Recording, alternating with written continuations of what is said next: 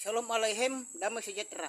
Apakah setan bisa membuat kita berdosa? Saudara-saudara, di sini saya memberitahukan bahwa setan itu tidak bisa membuat kita berdosa, saudara-saudara.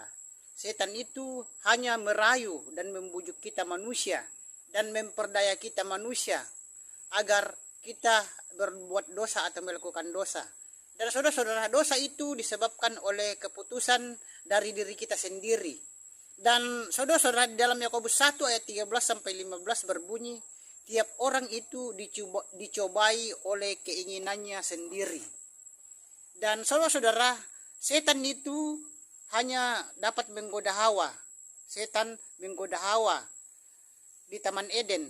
Tapi Hawa lah yang memutuskan untuk berbuat dosa. Jadi keputusan untuk berbuat dosa itu ada di tangan Hawa, saudara-saudara. Jadi janganlah menyalahkan setan, saudara-saudara, karena keputusan untuk berbuat dosa ada di diri kita. Sekian, sampai jumpa.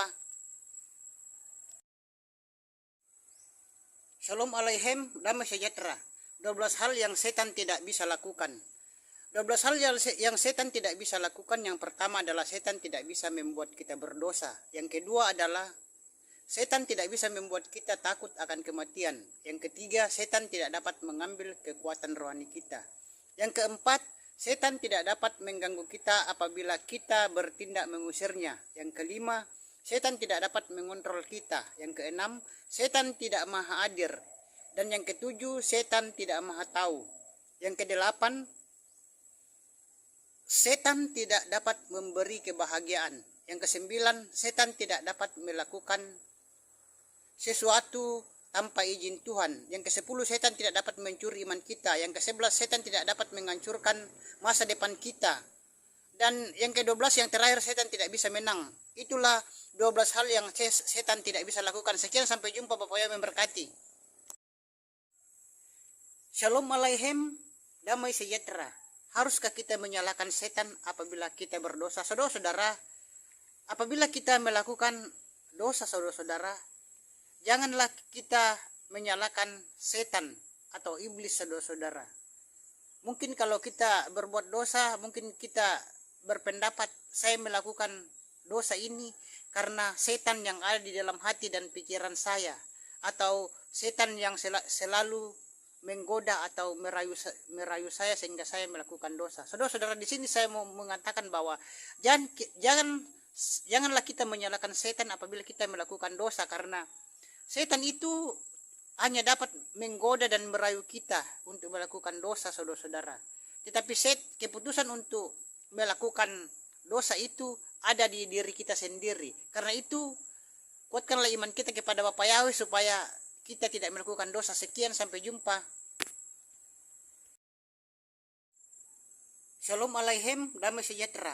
Bolehkah manusia dinamai Tuhan? Saudara-saudara, dimanapun berada saat ini, ada orang di Jawa itu yang diberi nama Tuhan, dan di KTP-nya itu namanya Tuhan, saudara-saudara.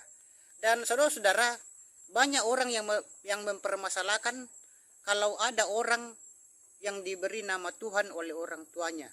Dan saudara-saudara, di sini saya mau mengatakan bahwa Tuhan itu adalah sebutan atau jabatan atau gelar. Jadi Tuhan itu bukan nama Sang Pencipta langit dan bumi dan segala isinya, tetapi Sang Pencipta langit dan bumi dan segala isinya yaitu Yahweh. Yahweh Sang Pemilik surga, bukan Tuhan. Karena Tuhan itu adalah jabatan daripada Yahweh atau gelar daripada Yahweh, saudara-saudara. Jadi manusia bernama Tuhan itu tidak jadi masalah, tidak perlu dipermasalahkan. Sekian, sampai jumpa. Shalom Aleichem, damai sejahtera. Tuhan bernama Tuhan. Saudara-saudara, Tuhan itu adalah sebutan. Kenapa bisa jadi nama? Tuhan bernama Tuhan berarti ada Tuhan yang bernama Tuhan. Huruf besar semua, saudara-saudara. Jadi Tuhan yang mana, saudara-saudara? Dan kemudian Allah yang mana? Dan siapakah Allah itu sesungguhnya? Kita jadi bingung kan, saudara-saudara. Dan kalau kita mau belajar, pasti temukan kejanggalan yang terjadi. Ini kenapa demikian, saudara-saudara? Itu karena terjemahan kesalahan dari LAI, Lembaga Alkitab Indonesia. Ini buktinya, saudara-saudara, di 1 Raja-Raja 18 ayat 39 LAI, ketika seluruh rakyat melihat kejadian itu, sujudlah mereka serta berkata, Tuhan dialah Allah. Huruf besar semua, Tuhan dialah Allah. Tuhan huruf besar semua. Tuhan dialah Allah, itu hanya huruf besar. Tuhannya huruf besar semua, saudara-saudara. Sekali lagi, Allah itu menurut kekristenan hanya sebutan. Berarti ada Tuhan bernama Tuhan atau Allah yang bernama Tuhan. Sekian, sampai jumpa. Shalom Aleichem, damai sejahtera. Bolehkah umat Nasrani dan Kristen di Indonesia memakai nama Yahweh? Saudara-saudara, saya mendengar ada umat Nasrani dan Kristen di Indonesia itu memanggil nama Sang Pencipta langit dan bumi dan segala isinya dan Sang Pemilik surga itu dengan nama Yahweh. Saudara-saudara, di sini saya mau mengatakan bahwa yang memakai nama Yahweh itu adalah orang Kristen Arab, karena orang Kristen Arab itu tidak mengenal huruf hidup. Jadi mereka menyebut nama Yahweh itu dengan Yahweh. Jadi kita orang Nasrani dan Kristen di Indonesia jangan ikut-ikutan menyebut nama Yahweh. Karena kita orang Indonesia mengenal huruf hidup.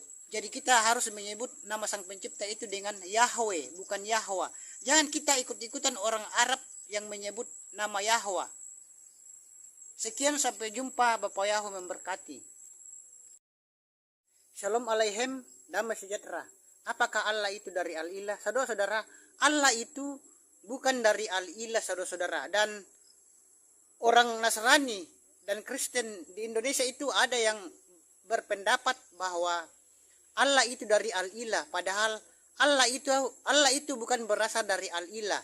Dan Allah itu, saudara-saudara, adalah nama sesembahan atau nama Tuhan umat Islam. Dan sebelum Islam lahir, saudara-saudara, Allah itu merupakan salah satu di antara 360 dewa suku Quraisy sebelum Islam ada. Dan dapat kita lihat di buku, saudara-saudara, di buku yang berjudul Jerusalem Countdown, yang juga di buku Islam in the Jews, dan kita bisa lihat juga di buku Passing Over, dan masih banyak buku-buku yang lainnya yang mengatakan bahwa Allah itu nama dewa atau sesembahan. Sekian, sampai jumpa.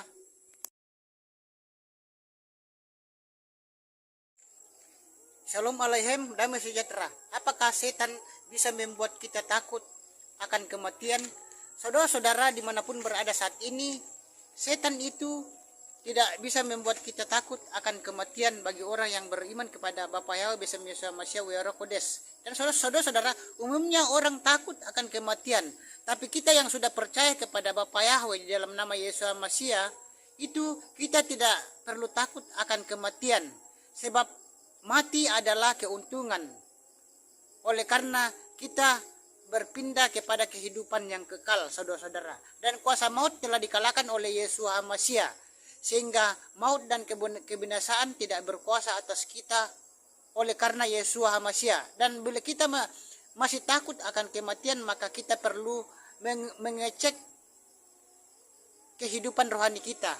Jadi jangan kita takut akan kematian. Sekian, sampai jumpa. Bapak Yahweh memberkati. Sekian.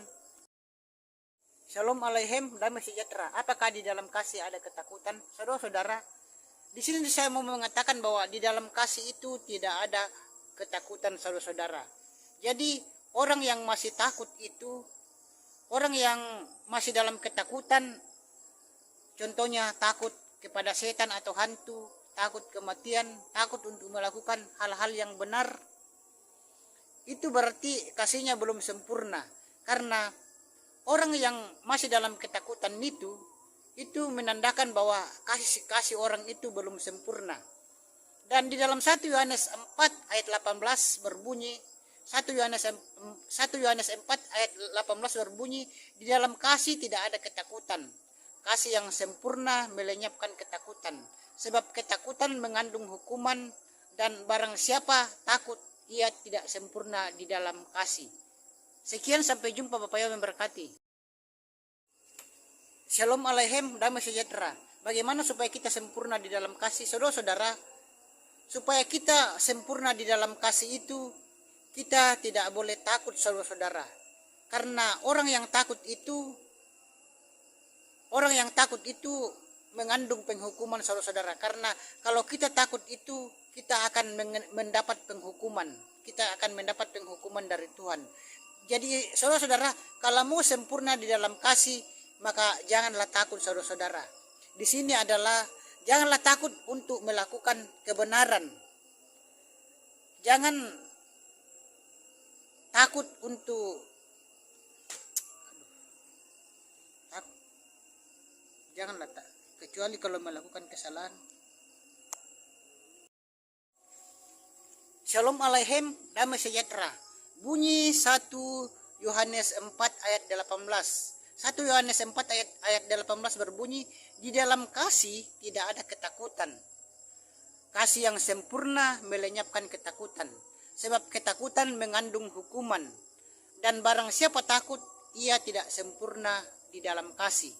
Itulah bunyi Yohanes 4 ayat 18, saudara-saudara. Jadi saudara-saudara, kita sebagai umat Islam Kristen dan Katolik, kita tidak boleh takut, saudara-saudara. Karena orang yang takut akan menghadapi penghukuman dari Tuhan. Dan orang yang takut itu tidak sempurna dalam kasih. Karena itu kita sebagai umat Tuhan, umat Bapa Yahweh, di dalam nama Yesus Masiah tidak boleh takut kepada setan atau hantu. Tidak boleh takut menghadapi kematian. Karena orang yang di dalam nama Tuhan, di dalam nama Yesus Masiah akan mendapat hidup yang kekal. Dan jangan takut melakukan kebaikan. Sekian, sampai jumpa. Shalom Aleichem, damai sejahtera. 12 hal yang setan tidak bisa lakukan. 12 hal yang setan tidak bisa lakukan. Yang pertama adalah setan tidak bisa membuat kita berdosa. Yang kedua adalah setan tidak bisa membuat kita takut akan kematian. Yang ketiga, setan tidak dapat mengambil kekuatan rohani kita. Yang keempat, setan tidak dapat mengganggu kita apabila kita bertindak mengusirnya. Yang kelima, setan tidak dapat mengontrol kita. Yang keenam, setan tidak maha hadir. Dan yang ketujuh, setan tidak maha tahu. Yang kedelapan,